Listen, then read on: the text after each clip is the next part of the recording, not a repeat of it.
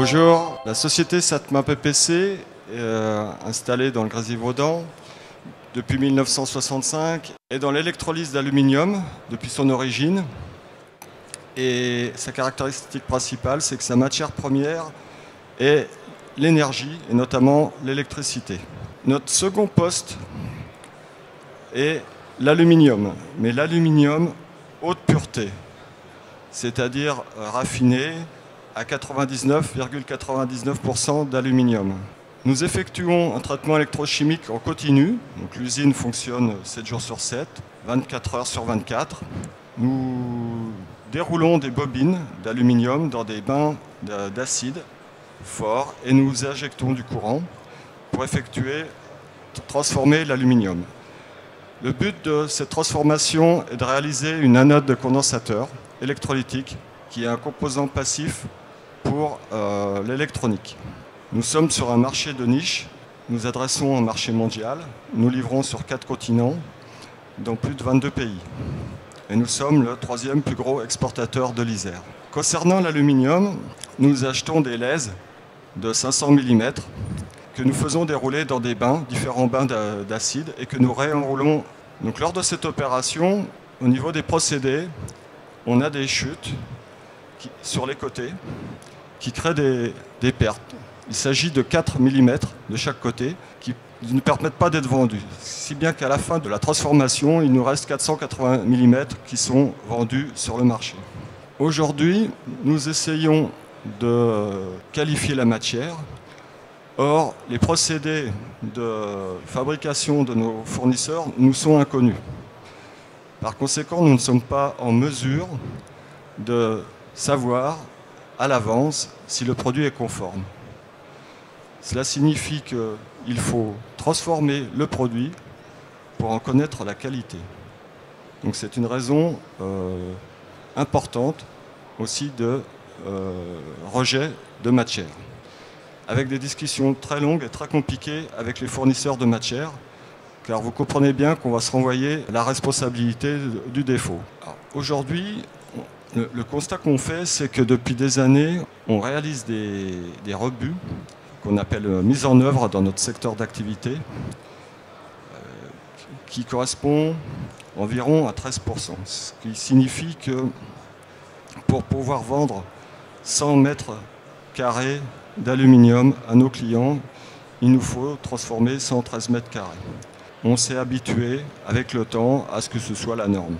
Or, aujourd'hui, on se regarde qu'on peut aller chercher des gisements très importants d'économie sur ce poste de déchets. Pour vous donner un ordre de grandeur, ce que je n'ai pas écrit sur cette présentation, nous estimons, partant du fait qu'on vend 2 millions de mètres carrés par an, faire des déchets de manière très importante, supérieure à 1 million d'euros qui sont à la benne. Donc, nous lançons une campagne de sensibilisation auprès des équipes, auprès de l'ensemble de l'entreprise, pour essayer de juguler ces pertes et essayer d'améliorer cela. Et en fait, le travail qui est fait, il est fait essentiellement auprès des opérateurs, à savoir que ce sont eux qui ont la solution. Équipe après équipe, comme on tourne en 5-8, les méthodes sont différentes. Le premier travail qu'on est en train de réaliser là, depuis le mois de janvier, c'est d'essayer de standardiser les bonnes pratiques. C'est-à-dire, dans chaque équipe, essayer de discuter, d'échanger et de savoir pourquoi une équipe va jeter 5 mètres au démarrage, pourquoi une équipe va jeter 10 mètres et l'autre 6 mètres. Fort de ces connaissances, on va essayer de rationaliser et de faire aussi pour de la formation pour les nouveaux entrants. À savoir, voilà, mettons, ce sera 4 mètres qu'il faudra au démarrage avant de considérer que le produit est parti. Par ailleurs, les services techniques se réunissent toutes les semaines pour analyser les résultats. Et en réalité, il faut analyser beaucoup plus souvent les dérives de production. C'est-à-dire qu'il faut des intervalles courts et réalisés par les équipes.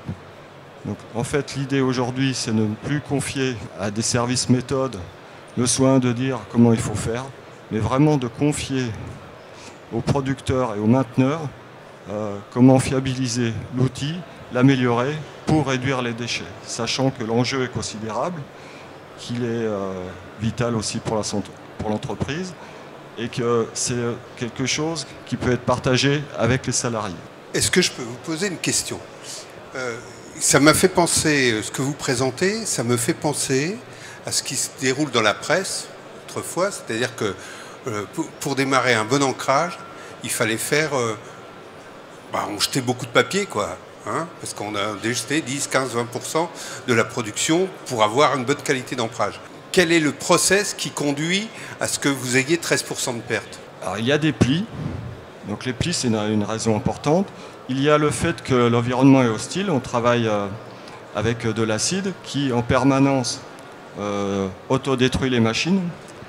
Donc il faut veiller à être là au bon moment pour remplacer les pièces. Je dirais qu'il y a un petit peu des deux. Dans la réponse, c'est qu'il y a une partie des standards de fabrication à partager qui sont dans la tête des anciens, qui sont découverts et que les jeunes découvrent par l'expérience, mais c'est ce qu'on voudrait justement endiguer. Et ensuite, il y a ce qui est lié évidemment aux procédés, aux machines, à l'environnement. Et ici, là, on va parler plutôt de maintenance prédictive et de commencer à réfléchir à ne pas attendre, comme on le fait actuellement, que la machine aille jusqu'au bout de ce qu'elle sait faire, parce que quand elle fonctionne, on ne l'arrête pas jusqu'à ce qu'il y ait un problème. Et il va peut-être falloir réfléchir à notre façon de faire. En conclusion, c'est qu'au-delà de tous les soucis techniques qu'on peut rencontrer, toutes les difficultés liées à ces procédés, il y a quelque chose d'essentiel, c'est de confier la responsabilité au personnel et lui faire confiance pour trouver des solutions et aider à apporter des solutions.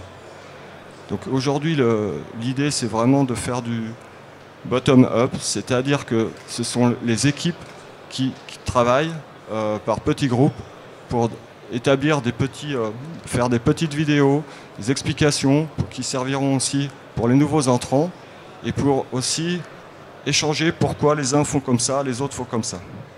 Donc on ne va pas venir expliquer comment il faut faire, on va essayer de réfléchir ensemble comment il faudrait mieux faire. Donc en fait, il ne s'agit pas de travailler plus, il s'agit de travailler mieux. Voilà.